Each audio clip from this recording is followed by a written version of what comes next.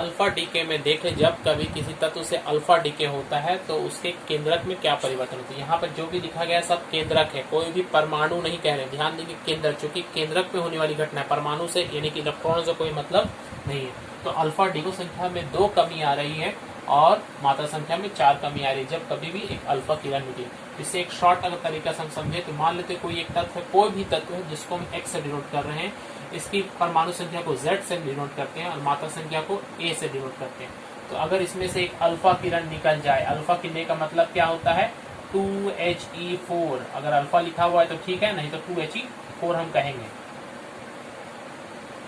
तो ये क्या होगा, z जो है वो 2 कम हो जाएगा, यहाँ 2 कम हुआ था ना, तो z-2 और परमाणु संख्या में कमी होने का मतलब वो एक नया तत्व बनेगा y और ऊपर कितना कम हो जाएगा 4। तो एक बहुत इंपॉर्टेंट फॉर्मूला के रूप में हम इसको याद रखेंगे कि जब भी किसी केंद्रक से अल्फा कण निकलते हैं तो उनकी मात्रा संख्या में 4 की कमी आती है और परमाणु संख्या में 2 की कमी आती है। ध्यान देंगे मात्रा संख्या में 4 और परमाणु संख्या में 2 ये कम हो जाते हैं। और ठीक इसी प्रकार अगर कोई बीटा डीके देखे तो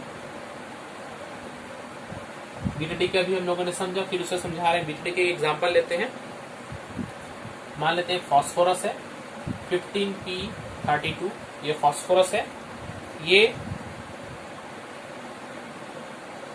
एक बीटा डीके में रूपांतरित हो रहा है। बीटा डीके का मतलब क्या होता है, सिंपल एक इलेक्ट्रॉन माइनस और एक एंटी न्यूट्रिनो भी निकलता है साथ में, इलेक्ट्रॉन माइनस और एक एंटी न्यूट्रिनो प्लस ऊर्जा भी कुछ निकलती है, ऊर्जा हमें अभी ध्यान नहीं देना है।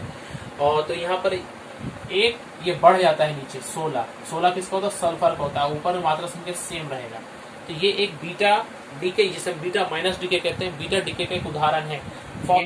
सबसे पहले हम परमाणु संख्या और ये मात्रा संख्या है, ये कोई एक एटम है, ये एटम का केंद्रक है। केंद्रक में जब भी कोई बीटा किरण निकलती है तो हम देखते हैं उसके परमाणु संख्या 1 बढ़ जाती है और मात्रा संख्या में कोई कमी नहीं आती है। तो ये हुआ बीटा डीके। अब ठीक इसी प्रकार जब हम गामा डीके या गामा रेडिएशन के बारे में पढ़ेंगे तो उससे पहले हमें कुछ चीज की जानकारी होनी बहुत जरूरी है। तो एक परमाणु मैंने बनाया, देखिए परमाणु का बीच में यहाँ केंद्रक है और केंद्रक के चारों तरफ इलेक्ट्रॉन घूमते हैं। तो इस तरह से जो इलेक्ट्रॉन घूमते हैं वो ऊर्जा स्तर होता है। तो 1 2 ये 3 स्तर मैंने बनाया।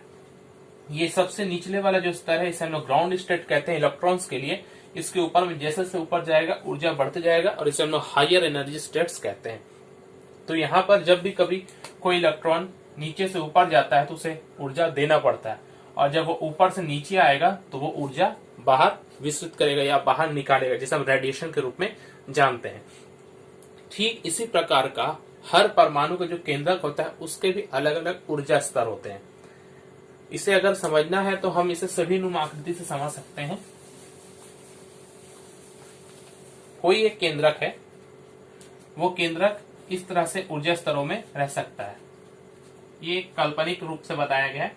अगर कोई यहाँ पर कोई एक केंद्रक है, ये केंद्रक को प्लस साइन से डिनोट कर है, तो उसका ये ग्राउंड स्टेट जिसे हम जीरो एनर्जी स्टेट भी कह सकते हैं, जीरो एनर्जी या ग्राउंड स्टेट।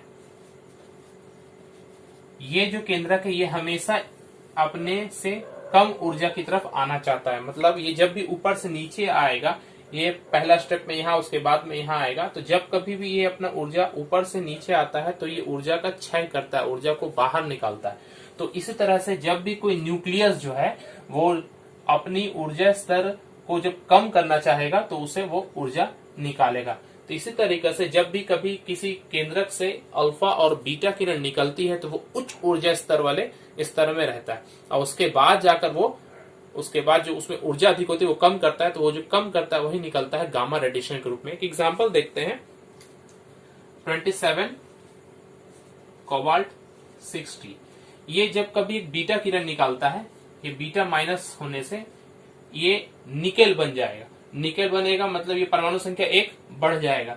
तो ये जो परमाणु जो निकेल बनता है 20Ni60, ये एक बीटा डीके का उदाहरण है। पहले जो मैंने बीटा डीके दिखाया उसी का एक उदाहरण है।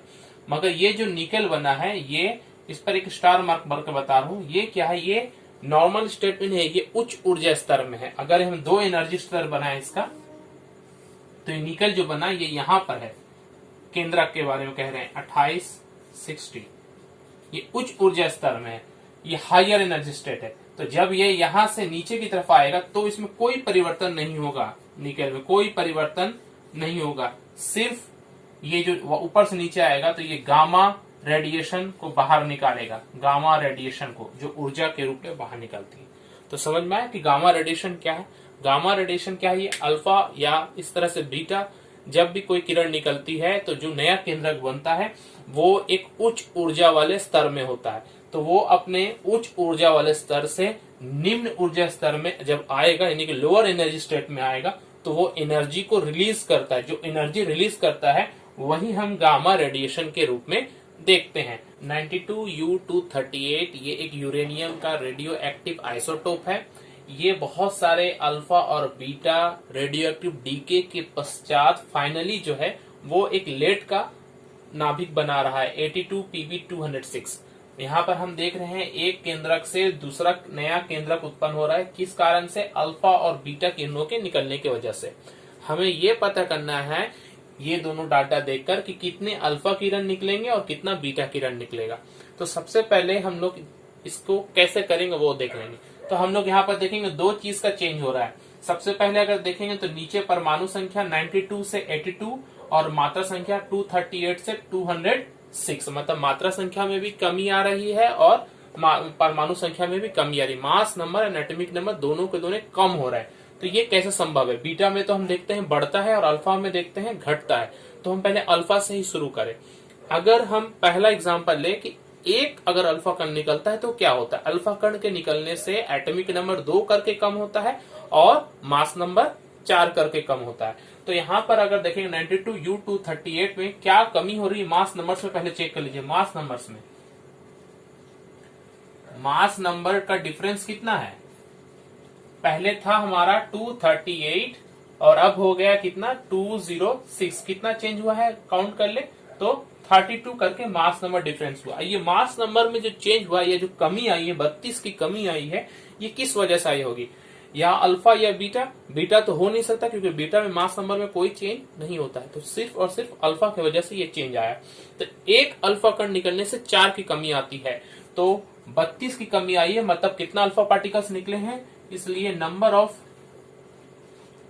Alpha particles 32 divided by 4। एक की वजह से 4 कम होता है, तो टोटल अगर 32 कम होता है तो कितना निकलने की वजह से होगा? तो इसे अगर कैलकुलेशन करेंगे तो हम देखेंगे 8 आ जाएगा। तो नंबर ऑफ अल्फा पार्टिकल्स कितना हो गया? 8 हो गया। इस चीज को ध्यान देंगे। बीटा के पता अभी तक हम लोगों ने नहीं किया, मगर अल्फा हमें पता चल गया कि 8 हुआ है, तो मात्रा संख्या से हम लोगों ने निकाल लिया। अब 8 अल्फा पार्टिकल के निकलने की वजह से मास नंबर तो 32 कम हुआ था, एटॉमिक नंबर या नीचे का जो नंबर आप देख रहे हैं परमाणु संख्या, ये कितना कम हुआ इसे हम लोग देखते हैं। तो डिक्रीज, शॉर्ट में लिखें, डिक्रीज इन एटॉमिक नंबर किसकी वजह से? अल्फा पार्टिकल की वजह से। तो ब्रैकेट में अल्फा पार्टिकल्स लिख देते ताकि आप लोगों को समझ में आए। कितना होना चाहिए? एक पार्टिकल के निकलने से 2 की कमी आती है, तो 8 के निकलने से कितने की कमी आएगी? 8 दूना 16, मतलब 16 की कमी आएगी। 2 into 8 16 की कमी आएगी। लेकिन यहां पर ध्यान दें कि एटॉमिक नंबर अल्फा के निकलने से 8 अल्फा पार्टिकल निकलने से 16 कम हो जाना चाहिए था, मगर मेरा कितना कम हुआ है? 92 से 82 सिर्फ और सिर्फ 10 कम हुआ है। होना चाहिए था 16 कम, मगर हुआ 10 कम हुआ है। ये किसके वजह से हुआ होगा? ये बीटा पार्टिकल की वजह से। Decrease in atomic number given कितना दिया हुआ है पहले वो देख ले। 92 माइनस 82 कितना हो गया?